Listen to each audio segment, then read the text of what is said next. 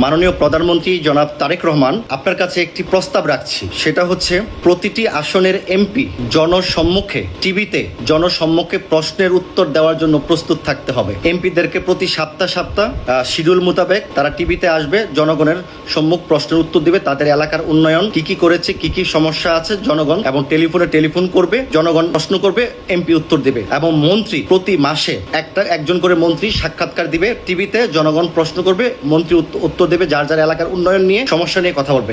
একটা দেশকে প্রতিনিধিত্ব করতে একটা দেশের প্রধানমন্ত্রী 10টা গুণ থাকতে হয়।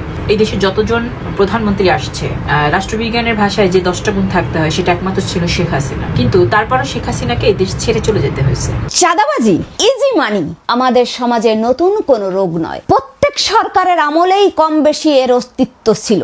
ঘুষ নিতে হলে অন্তত লেখাপড়া শিখতে হয়, কোনো পদবি অর্জন করতে হয়, তারপর সুযোগ বুঝে মানুষের পকেট কাটতে হয়। আসসালামু আলাইকুম। যারা এই মুহূর্তে ভিডিও দেখছেন, অনুরোধ করব তাদের সকলকে দয়া করে পুরো ভিডিওটি সম্পূর্ণ শেষ পর্যন্ত দেখবেন। খুবই গুরুত্বপূর্ণ একটা বিষয় নিয়ে হাজির হয়েছি আপনাদের সামনে। প্রিয় দর্শক শ্রোতা মণ্ডলী, সাবেক সেনা সদস্য মোহাম্মদ জাফর সরকার তিনি সামাজিক যোগাযোগ মাধ্যমে একটি বক্তব্য দিয়েছে এবং সেই বক্তব্যটি ঝড়ের গতিতে ভাইরাল হয়েছে রীতিমতো। মাননীয় প্রধানমন্ত্রীকে উদ্দেশ্য করে তিনি কিছু প্রস্তাব রেখেছেন। তিনি বলেছেন, মাননীয় প্রধানমন্ত্রী এমপি মন্ত্রীদের জবাবদিহিতার আওতায় আনা হোক, জবাবদিহিতা সরকার প্রতিষ্ঠিত হোক। মাননীয় প্রধানমন্ত্রীর কাছে বেশ কয়েকটি প্রস্তাব রেখেছে সাবেক সেই সেনা কর্মকর্তা। তার সেই প্রস্তাবগুলো অবশ্যই যুক্তিসঙ্গত, প্রশংসায় ভাসছে সেই প্রস্তাবগুলো রেখে রীতিমতো সাবেক এই সেনা কর্মকর্তা জাফর সরকার সে কি বলল, কি প্রস্তাব রাখলো, মাননীয় প্রধানমন্ত্রীর উদ্দেশ্যে কি বার্তা দিলেন, সেটি আমরা দেখব, তারপরে কথা বলবো। আশা করি সঙ্গে থাকবেন পুরো ভিডিওটি জুড়ে। আপনারা আমাদের যদি পারেন ভিডিওটি সর্বোচ্চ পরিমাণে শেয়ার করে সকলের মাঝে ছড়িয়ে দিবেন। আমি মনে করি সাবেক এই সেনা কর্মকর্তা জাফর সরকার যে প্রস্তাবগুলো রেখেছে মাননীয় প্রধানমন্ত্রীর উদ্দেশ্যে, সেগুলো যদি বাস্তবায়ন হয় তাহলে অবশ্যই দেশে সুশাসন ফিরে আসবে, ন্যায় বিচার প্রতিষ্ঠিত হবে, দুর্নীতি কমে আসবে। প্রিয় দর্শক শ্রোতা মণ্ডলী, চলুন দেখি কী এমন প্রস্তাব রাখলেন প্রধানমন্ত্রীর নিকট, কী এমন প্রস্তাব রেখেছে সাবেক সেনা কর্মকর্তা জাফর সরকার, যে কারণে প্রশংসায় ভাসছে দেশ জুড়ে তিনি। মাননীয় প্রধানমন্ত্রী জনাব তারেক রহমান, আপনার কাছে একটি প্রস্তাব রাখছি। সেটা হচ্ছে প্রতিটি আসনের এমপি জনসম্মুখে টিভিতে জনসম্মুখে প্রশ্নের উত্তর দেওয়ার জন্য প্রস্তুত থাকতে হবে। এমপিদেরকে প্রতি সপ্তাহ শিডিউল মোতাবেক তারা টিভিতে আসবে, জনগণের সম্মুখ প্রশ্নের উত্তর দিবে, তাদের এলাকার উন্নয়ন কি কি করেছে, কি কি সমস্যা আছে জনগণ, এবং টেলিফোন করবে, জনগণ প্রশ্ন করবে, এমপি উত্তর দেবে।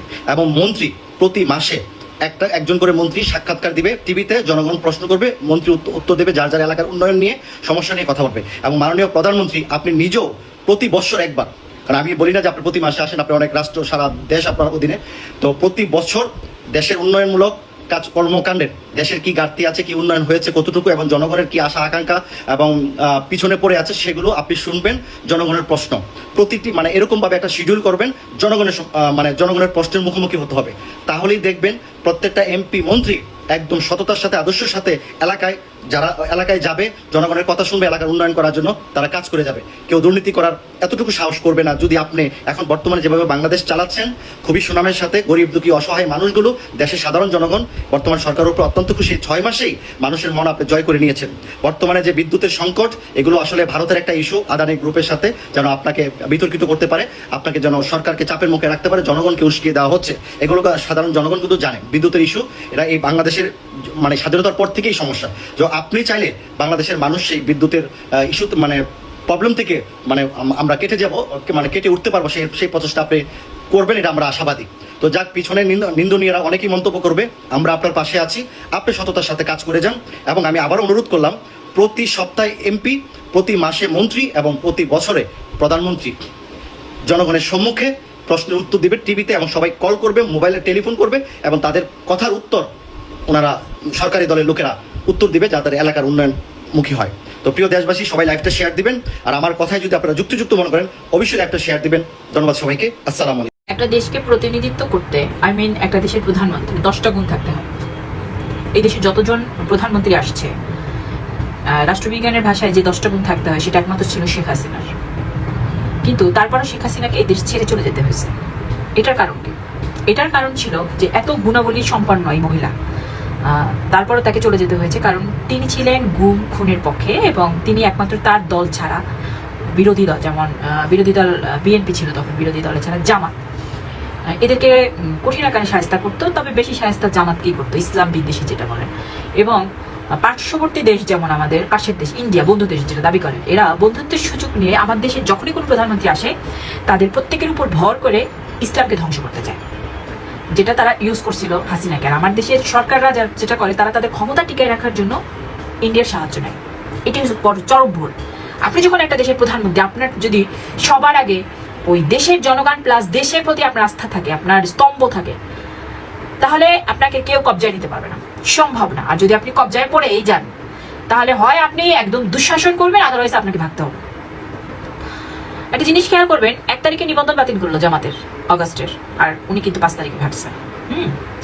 ভাগতে হচ্ছে। এখন কথা হলো, ওনার মূল টার্গেটটা ছিল জামাতকে ধ্বংস করা। জামাতের বিভিন্ন নেতাদের, মানে যারা নেতৃত্ব দানে খুব বেশি কৌশলী ছিল বা বলিষ্ঠ কণ্ঠস্বর ছিল, যারা মানুষকে গ্যাদার করতে পারতো, তাদেরকে ধরে ধরে রাজাকার বানানো হলো এবং ফাঁসি দেওয়া হলো কাউকে, আর কাউকে যাবজ্জীবন দেওয়া হলো। এইভাবে সিস্টেমে চলতেছিল। হ্যাঁ, বিএনপির লোকজনকেও অনেক অত্যাচার করেছে। যেমন আপনি যদি ইলিয়াস আলীর ঘটনা দেখেন, বিএনপিতে যারা ভালো ছিল ম্যাক্সিমাম তাদেরকে ভালো করেছে, আর যারা কি টোকাই মোকায় খাইছে আর কি, ধরেন তারা আওয়ামী লীগের সময় ভালো ছিল, তারা বিএনপির সময় ভালো ছিল, তাদের তো সমস্যা নেই, তাদের বিষয়টা ডিফারেন্ট। আপনি যদি সাইদির কথা চিন্তা করেন, আপনি কমান্ডার জিয়ার কথা যদি চিন্তা করেন, আওয়ামী লীগের, যিনি বরিশাল বিভাগে ছিল, তিনি নিজে বলেছেন সাইদি রাজাকার ছিলেন না, উনি তো আওয়ামী লীগের ছিলেন। আবার যদি আপনি বিএনপির সাদেক হোসেন খোকা, উনিও কিন্তু বলে গেছেন সাইদি রাজাকার ছিলেন না, এবং সাইদি রাজাকার ছিলেন না পিরোজপুরবাসী সবাই জানে। অর্থাৎ সাইদিকে রাজাকার বানানো হয়েছে। কারণ কি? মূল উদ্দেশ্যই ছিল ইসলাম ধ্বংস করা, জামাতের মূল হোতা যারা তাদেরকে শেষ করা। এখন আসি পয়েন্টে, এই আওয়ামী লীগ অনেক বড় বড় কথা বলে না, জামাতে এই জামাত ওই সেই, ওরা ওদেরকে পোক করা হয়, পোক করার পর ওরা এগুলাই করে। কারণ কি? বেরেনে তো মাল নাই, শিক্ষিত মানুষের অভাব বিএনপিতে খুব বেশি, প্রচন্ড অভাব। কথা হলো, আপনারা হাসিনার কাছে যদি জানতে চান যে অ্যাকচুয়ালি সে এই দেশ ছেড়ে চলে যাওয়ার পিছনে মূল হোতা কারা ছিল, সে এক চান্সে সেই উত্তর দিবে কারা ছিল। এখন তো এই দল দাবি করে, ওই দল দাবি করে, এনসিপি বলে এনসিপির জন্য গেছে, আচ্ছা ধরেন বিএনপি বলে বিএনপির জন্য গেছে, বা জামাত একমাত্র, আমি মাঝে মাঝে শুনি, দেখবেন খেয়াল করবেন, জামাত সবসময় জন্য বলে সর্বদলীয় একত্রিত হয়ে আমরা হাসিনার পতন ঘটাইছি। এরা আবার এই টাইপের বক্তৃতা দেয়, এরা সরাসরি বলে না যে আমরা করেছি। এই আমরা কথাটা আবার জামাতের মুখে আমি শুনি নাই, আপনারা শুনলে অবশ্য শুনতে পারেন, বাট আমি এখন পর্যন্ত শুনি নাই আর কি, তো শেয়ার করলাম এই জন্য। তো এখন বিএনপির যে এত বড় বড় কথা বলে, এখন যদি আওয়ামী লীগ আসে, আওয়ামী লীগ আসার পরে যদি রাস্তায় নামে, ধরেন জামাত নামলো না, আওয়ামী লীগ রাস্তায় নামলো, বিএনপির সাথে লাগলো, এই বিএনপি কেউ রাস্তায় থাকতে পারবে না। এই বিএনপি আবার গত 17 বছরের মধ্যে ঘরতে ঢুকবে এবং জামাতের আব্বা বলবে এবং বলবে আমাদের বাঁচাও। মিলাই না, কারণ গত 17 বছরে ওরা বেগম জিয়ার বাসার সামনের বালু ট্রাক সরাইতে পারে নাই। ওরা একজন আপোষহীন নেত্রী, যে কিনা জীবনের সবকিছু ত্যাগ করে, যার বিদেশে যাওয়ার মতো ক্ষমতা ছিল, পাওয়ার ছিল, সে চলে যেতে পারতো। সে এই দেশের জনগণের কথা চিন্তা করে, সে দলের কথা চিন্তা করে, সে এই দেশে অন্যায় অত্যাচার এগুলো সাফার করে এই দেশে পড়ে রয়েছে, শুধু দেশকে ভালোবেসে। আপোষহীন নেত্রী, তোমরা তার জন্য কিছু করতে পারো না। তাকে যখন ওই গুলশানের বাসা থেকে জেলে নিয়ে যাওয়া হলো, টেনে হিসেবে কেউ না নেতা করবে, কিন্তু এসে ওখানে মিছিল মিটিং করে নাই, বাঁচানোর জন্য আওয়াজ তুলে নেয়, বড় বড় তো কথা বলো। তোমাদের মধ্যে যে রিজবি আছে, রুল কবির রিজবি, ওনার তো ভিডিও স্পষ্ট আছে, পয়েন্টের সামনে ওনার মিছিল মিটিং নিয়ে বসছে, পুলিশে এসে যে ধাওয়া করলো, ভিতরে ঢুকে গেল, দাঁড়ায় থাকতে তো পারলো না। তারপরে আপনারা যদি চিন্তা করেন যে টুকু নামের একজন আছে, যিনি হলো এমপি, এখন উনিও বুক পেতে দেবো, বুলেটের সামনে বুক পেতে দেবো আমরা, ওমা যাই পুলিশ আছে পরে দই নেতা কর্মী ফেলায়। তাহলে এই হয়েছে বিএনপির রেছালা চরিত্র। তো এইভাবে করে দল টিকায় রাখা যায় না। বিএনপির উচিত সবার নিজের সংগঠনকে শিক্ষিত করা, এবং তারা যদি এইভাবে করে বলা হয় না, ওই যে এই যে আছে না এদের দলে, এইগুলোকে ছাঁটাই করুক, তারা শিক্ষিত মানুষের রাজনীতি করুক, তাদের দলে বহু শিক্ষিত মানুষ আছে যারা, তাদেরকে জায়গা দিক, বিভিন্ন পদ পদবি দিক, যারা চাটে, যাদের কোনো দলের অস্তিত্ব নাই, তারা যেমন সে সরকার একটা উপদেষ্টায় সচিবের পদে বসায় রাখছে রাশেদের, যে কিনা চাটে, যে কিনা ওই জুলাই সময় আমাকে বাসন, যার কোনো অস্তিত্ব ছিল না, সে এখন এই পদে আছে। আজকে বিকাশ টুর যার লিঙ্ক আপ, তাকে আজকে একটা প্রতিমন্ত্রী পদে বসায় রাখছে, তো বড় বড় পদে। বিএনপির ভুলটা কোথায়? এগুলো হলো কি তার ভুল। অথচ গত 17 বছর যারা ভালো ছিল, সাফার করছে, তাদেরকে এখানে রাখে না, এবং শিক্ষিত মানুষজনকে তারা স্থান দিচ্ছে না বলে আরো শিক্ষিত মানুষ গ্যাদার হচ্ছে না বিএনপিতে। এখন কথা হলো ছাত্র দলে ছাত্রদেরকে স্থান দেন যারা পড়াশোনা, এবং আপনারা নিয়ম করেন ছাত্রদেরকে পড়াশোনা করে আদুবাই হওয়া যাবে না, পাশ করে বের হয়ে যেতে হবে। দেখেন এরপরে কয়জন আদুবাই থাকে, এই যে তারেক রহমান, এগুলো থেকে বের হন। আপনারা সাদিক ক্যাম্পকে ফলো করেন। সাদিক ক্যাম্প কিভাবে রাজনীতি করতেছে, কোন অ্যাঙ্গেলে যাচ্ছে, শিক্ষিত মানুষকে শিক্ষিত ভাবে ডিল করেন। এখন মানুষ অনেক কিছু জানে বুঝে, এখন এই দৌড়াদৌড়ি জঙ্গি স্টাইল এগুলো কিন্তু মানুষ চায় না। অতএব মুখের বড় কথা এরকম টোকাই মুকাই আত্মীয় করে পারবেন মারামারি করতে, পিটাপিটি করতে, এর বাইরে একটা খারাপ কথা বলতে পারবেন, একটা খারাপ কমেন্ট করতে পারবেন, এর বাইরে আপনারা আপনাদের দলকে টিকায় রাখার জন্য ভালো কিছু করতে পারবেন না। কারণ পপুলারিটি আর ভাইরাল দুইটা আলাদা জিনিস। আজকে এই জামাত যেখানে নিশ্চিত হয়ে যাওয়ার কথা ছিল, জামাতকে গত 17 বছর নিবন্ধন বাতিলের জন্য, লাইসেন্স বাতিলের জন্য বহুত কিছু করা হয়েছে, জামাতকে নিঃশেষ করে দেওয়া হয়েছে, জামাতকে রক কাটা বলা হয়েছে, অথচ রক কাটা এটা আমরা এখন জানি। কারণ কি, এখন যুগ বদলাইছে, এখন মানুষ জানে। এখন আপনি যদি পপুলারিটি চিন্তা করেন, জামাত পপুলারিটিতে আছে, আর ভাইরালের কথা যদি চিন্তা করেন তাহলে বিএনপি আছে। কারণ ওই যে তারেক রহমান, তারপর প্রশাসন, আবিদদের, এগুলো কি ভাই? এই ছেলেপেলেগুলোকে ট্রেন আপ করেন যেন ওদেরকে দেখে আরো মানুষ আসে, তাহলে না আপনার দলটা ডেভেলপ করবে, আপনারা না তাহলে আরো বেশি উঁচুতে যাবেন। কিন্তু এভাবে করলে আপনারা টিকে থাকতে পারবেন না, আপনার দলকে মানুষ ভালোবাসবে না, আপনার দলে মানুষ গ্যাদার করবে না, বুঝছেন? চাঁদাবাজি, ইজি মানি, এর মহোৎসব ঘুষ আমাদের সমাজে নতুন কোনো রোগ নয়। প্রত্যেক সরকারের আমলেই কম বেশি এর অস্তিত্ব ছিল। ঘুষ নিতে হলে অন্তত লেখাপড়া শিখতে হয়, কোনো পদবি অর্জন করতে হয়, তারপর সুযোগ বুঝে মানুষের পকেট কাটতে হয়।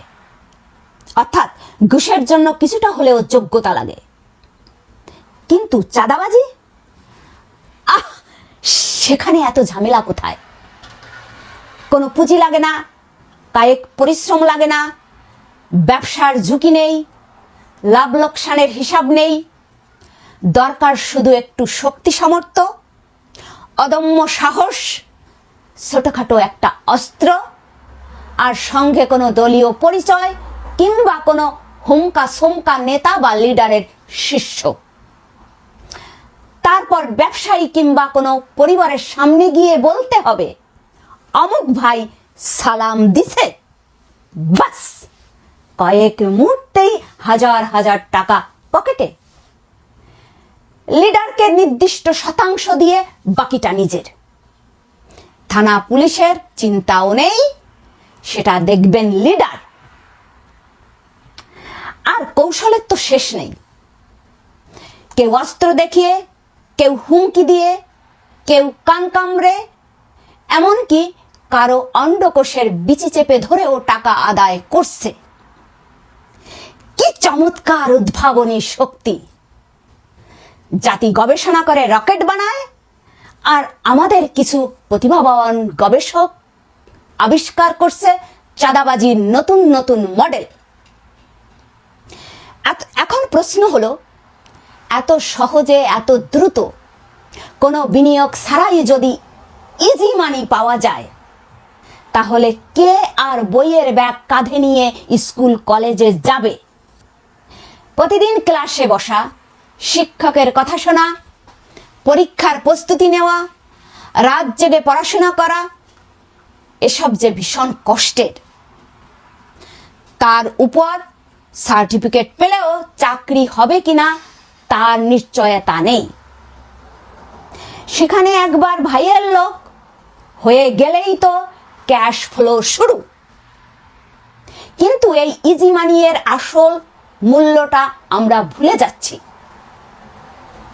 আজ একজন চাঁদা তুলে টাকা পকেটে ঢুকাচ্ছে, কাল তার সন্তান তাকে দেখেই শিখছে। পরিশ্রম করে নয়, ভয় দেখিয়ে টাকা আদায় করাই সফলতার পথ। মা বাবা যা করে দেখান, সন্তানরা অনেক সময় বই পড়ে নয়, চোখ দিয়েই তাই শেখে। তাই দিন যত যাচ্ছে, চাঁদাবাজের সংখ্যা যেমন বাড়ছে, তেমনই বাড়ছে কৌশলের বিচিত্র।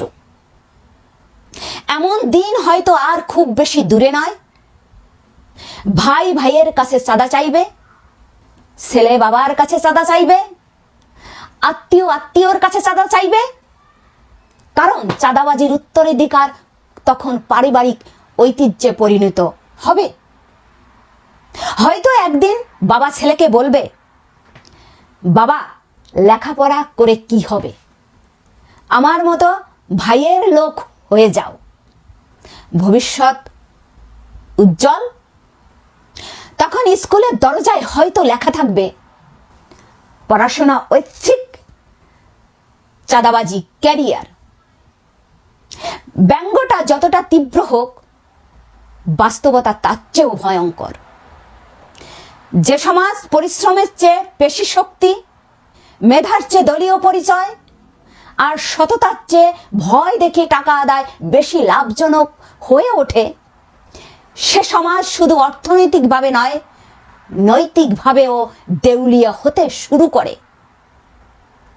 চাঁদাবাজি কোনো পেশা নয়, এটা সমাজের আত্মাকে ধীরে ধীরে লুটে নেওয়ার প্রক্রিয়া। আজ অন্যের ঘর থেকে টাকা উঠছে, কাল সেই আগুন নিজের ঘরেও পৌঁছাবে। তাই সন্তানদের হাতে অস্ত্র বা চাঁদাবাজির কৌশল নয়, বই তুলে দিন। তাদের শিখান সহজ টাকা নয়, সৎ উপার্জনই সম্মানের, ভয় দেখিয়ে নয়, যোগ্যতা দিয়ে মানুষের শ্রদ্ধা অর্জন করতে হয়। নইলে একদিন সত্যি এমন সমাজ তৈরি হবে যেখানে বইয়ের ব্যাগ হবে লজ্জার আর চাঁদার ব্যাগ হবে গর্বের।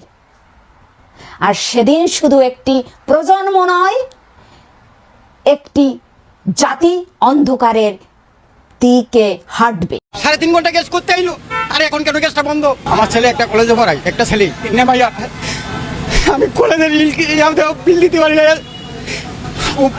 দুর্ভোগে আছি। গ্যাসের টাকা লুয়ে আইছিলাম, এই টাকা আমি খরচ করেছি। কোম্পানির ফোন করলাম 2 বার, কোম্পানির কথা আরে কিতাম। কিছুদিন পেয়েছে তেলের সমস্যা, যখন তেলের দাম বাড়ছে সমস্যার সমাধান হয়ে গেছে। এই টাকা বাড়ানো তো নেই, নাটক। এটা তো আসলে সরকারের সিদ্ধান্ত, আমাদের তো কিছু করার নাই। টানা কয়েকদিন ধরে গ্যাস সংকটে স্থবির হয়ে পড়েছে সিএনজি চালকদের স্বাভাবিক কার্যক্রম। ঘন্টার পর ঘন্টা অপেক্ষা করার পরেও মিলছে না গ্যাস, ফলে কমেছে আয়, বেড়েছে দুর্ভোগ।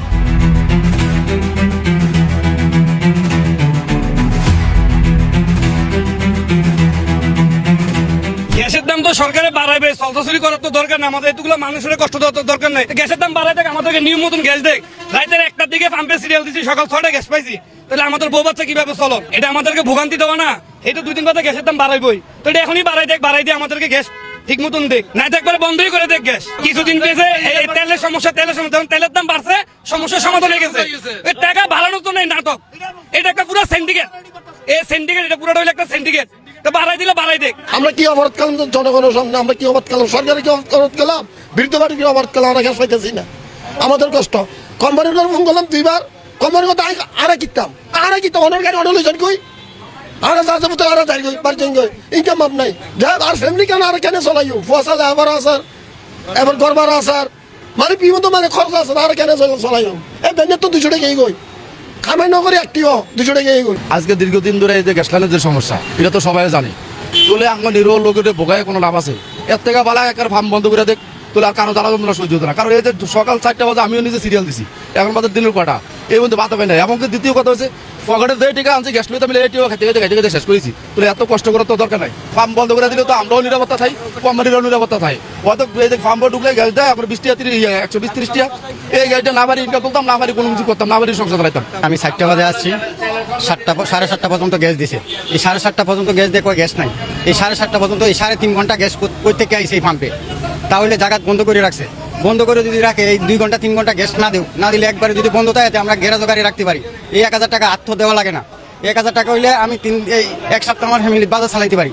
এখন তো এই টাকাটা আরেকজনের তো হাত খরচ করে আনতে হইতেছে। আমার ছেলে একটা কলেজে পড়ায়, একটা ছেলে না ভাইয়া, আমি কলেজের বিল দিতে পারি না, দুর্ভোগে আছি। এই সরকারের কাছে এই আবেদন, এই চলচাতি না করে আমাদের কিভাবে গরিব বাঁচতে হবে, এই চিন্তা ভাবনা করার একটা টপিক তাদেরকে দেও। 3.5 ঘন্টা গ্যাস করতে আইলো, আর এখন কেন গ্যাসটা বন্ধ? গ্যাসের টাকা লুয়ে আইছিলাম, এই টাকা আমি খরচ করেছি এটার কি দায়? আজকে 7টা বাজার থেকে লাইন দিছি, স্কুলে ডিউটি করতে হয় বা প্রাইভেট চাকরি আমাদের। তো আমার একটা টাইম যদি পামওয়ালা টাইমটা বাঁধে দিত, আজকে গ্যাসের চারিদিকে সমস্যা। তাহলে আপনি মনে করেন অনেক জায়গায় লাইন ধরে ওই ফার্মের এখান থেকে যদি মালিকে বলে দিত আমাদের 3টায় খুলবো, তাহলে আমাদের তো লাইনটার দরকার নেই। গ্যাস নিয়ে আজকে 2 সপ্তাহ ধরে ভুগতেছি, আমরা গ্যাস পাইতেছি না। আমরা এভাবে সিরিয়াল দেওয়া 2 ঘন্টা 3 ঘন্টা 5 ঘন্টা এরকম বসে থাকি, গ্যাস পাইতেছি না। গ্যাস পাইলে আমরা ঠিকমতো গাড়ি চালাতে পারবো, কোম্পানির সাথে আমাদের 2 কথা হবে না। আমরা এখন গ্যাস নিতে পারতেছি না, গাড়ি চালাতে পারতেছি না। এখন কোম্পানি বলতেছে যে গ্যারেজে চাইলে ইনকাম দাও, আমরা ইনকামটা কোথা থেকে দেবো? বাসা বাড়িতে গ্যাস নাই, তারপরে ফ্যামিলি চালাতে আমাদের এখন কষ্ট হইতেছে, এই ভোগান্তিতে ভুগতেছি আমরা। সকাল 5:30 এখানে সিরিয়াল দিয়েছি লালকান বাজার, 5টা ফার্ম গুঁড়ো হয়েছে, সমস্ত ফার্মগুলো বন্ধ। এখন যে পরিস্থিতি, এই পরিস্থিতি আমাদের সবার ফ্যামিলি আছে। সব গ্যাসের টাকা 500 টাকা পকেটে ছিল, ওখান থেকে খাইতে খাইতে 300 টাকা অলরেডি খরচ হয়ে গেছে, এখনো গ্যাস পাচ্ছি না। যদি লাইনে না থাকে তাহলে ফার্মগুলো বন্ধ থাকুক, আর আমাদেরকে একটা নির্ধারিত একটা টাইম দেখ যে 2 দিন পরে খোলা হবে বা 3 দিন পরে খোলা হবে, তাইলে আমরা আমাদের নিজ দায়িত্বে আমরা থাকলাম। গ্যাস পাম্পে যদি গ্যাস না দেয় এটা হলো ভিন্ন সাবজেক্ট, আর যদি গ্যাস দেয়, গ্যাস দিলে আমরা আসবো। তাহলে গ্যাস দিলে আমরা আসলে, আমরা যখন লাইনে আসি, লাইনে দাঁড়াই সিরিয়ালে, এখানে 1টা 2টা গাড়ি না, হাজার হাজার শত শত গাড়ি। আমি রাত্রে 4টা বাজে আসছি এখানে 4টা বাজে আসছি। 4টা বাজে আসার পরে 7:30 বাজে বলে গ্যাস নাই, লাইন অফ করে দিয়েছে। ওনারা যদি বলতো যে গ্যাস স্থগিত, গ্যাস নাই, তাহলে আমরা আসতাম না, আমরা গেরেতে বন্ধ করি বাসায় ঘুমাইতাম। আমরা বাসায় ঘুমাইতে পারতেছি না, আমরা খাইতেও পারতেছি না, কোম্পানির ইনকাম দিতে পারতেছি না, গেরেতে গেলেও ঝগড়া করে। কখন আসবে, কখন পাবো, এটা কোনো নিশ্চয়তা নাই। কোম্পানি গেলে 1000 টাকা ইনকাম, কম হবে না ইনকাম। কোম্পানি ফোন দিয়েছি, বসে থাকো, কোন জায়গায় আমরা বসে থাকবো? এরকম হইলে আমরা কিভাবে আমরা সংসার চালাবো? আমরা সংসার তো চালাতে হবে। তো আমার কথা হলো বন্ধ রাখলে সবগুলো বন্ধ রাখো, আমরা গাড়ি বন্ধ রাখি। আমরা কি জন্য আমরা হরানি হচ্ছি? এগুলো আমরা হরানি থেকে বাঁচতে চাই। এটা তো আসলে সরকারি সিদ্ধান্ত, আমাদের তো কিছু করার নাই। আমরা কেমন ওইরকম কিছু জানিও না, এখন আমাদের কিছু জানানো হয় না উপর থেকে, বা আমাদের কিছু এগুলো আমরা জানি না কি করবে না করবে। হয়তো পারে মানুষের যেটা আন্দাজ করে, তো পরে যায় দেখা যাচ্ছে সেম হচ্ছে, এবং তেলের সময়ও সেম হচ্ছে। 1 মাস বিভিন্ন রকমের সমস্যা হওয়ার পরে যখন তেল বাড়েছে তখন সব ঠিক হয়েছে, হয়তো আমাদের গ্যাসের ওই সমস্যা। প্রিয় দর্শক শ্রোতা মণ্ডলী, আপনি কি মনে করছেন অবশ্যই জানাবেন। শুনলেন আপনারা সেনা কর্মকর্তা জাফর সরকারের মুখ থেকে তার প্রস্তাবগুলা। তিনি খুব সুন্দর চমৎকার কিছু কথা বলেছেন এখানে। আমি মনে করি জবাবদিহিতা প্রয়োজন আছে। আমি মনে করি একজনের তৈরি করা বাগান খাচ্ছে পার্সিয়ার ছাগলে। প্রিয় দর্শক শ্রোতা মণ্ডলী, আসলে এটাও কম নয়, এটাও কম বাস্তব নয়। কিন্তু মাননীয় প্রধানমন্ত্রী সরাসরি কথা বলবে, প্রধানমন্ত্রীর সঙ্গে কথা হবে, এবং সেই নাম্বারগুলো জনগণের কাছে দিতে হবে। এই ধরনের চিন্তা চেতনা অবশ্যই ভেবে দেখা দরকার মাননীয় প্রধানমন্ত্রীর। আমি এই সেনা কর্মকর্তা জাফর সরকারের সঙ্গে সম্পূর্ণভাবে একমত পোষণ করলাম, এবং এর পাশাপাশি আমার একটি দাবি প্রাইম মিনিস্টারের কাছে যে মাননীয় প্রধানমন্ত্রী, আপনি যদি 3টি কাজ সাকসেস করতে পারেন তাহলে দেশে এমনিতেই দুর্নীতি কমে আসবে, সুশাসন প্রতিষ্ঠিত হবে, ন্যায় বিচার প্রতিষ্ঠিত হবে, এবং দেশ আপনি এমনিতেই সামনের দিকে এগিয়ে যাবে। নিঃসন্দেহে কাজগুলো 1 নম্বরে দুর্নীতি, 2 নম্বরে সন্ত্রাসী, 3 নম্বরে চাঁদাবাজি, এই 3টি কাজ যদি আপনি বন্ধ করতে পারেন না, তাহলে আপনার এই পথ আর কেউ রুখতে পারবে না। মাননীয় প্রধানমন্ত্রীর উচিত সেনা কর্মকর্তার এই প্রস্তাবগুলো ভেবে দেখার এবং বাস্তবায়ন করার, প্রয়োজন হলে বাস্তবায়ন করা। আমি মনে করি বাস্তবায়ন করা উচিত, দরকার, প্রয়োজন। জানাবেন আপনাদের কি মনে হয়, সেনা কর্মকর্তার প্রস্তাবগুলো কেমন লেগেছে আপনাদের কাছে? অবশ্যই কমেন্ট করে জানাতে ভুলবেন না। চ্যানেলে নতুন হয়ে থাকলে অবশ্যই চ্যানেলটি সাবস্ক্রাইব করে পাশে থাকা বেল বাটনটি ক্লিক করে রাখবেন। সর্বোচ্চ পরিমাণে ভিডিওটি শেয়ার করে দিবেন, সকলের মাঝে ছড়িয়ে দিবেন। আজকের মতো এ পর্যন্তই, বিদায় নিতে হচ্ছে। দেখা হবে হয়তো আরও অন্য কোনো একটা ভিডিওতে। ভালো থাকবেন, সুস্থ থাকবেন। আল্লাহ হাফেজ। আসসালামু আলাইকুম ওয়া রাহমাতুল্লাহি ওয়া বারাকাতুহু।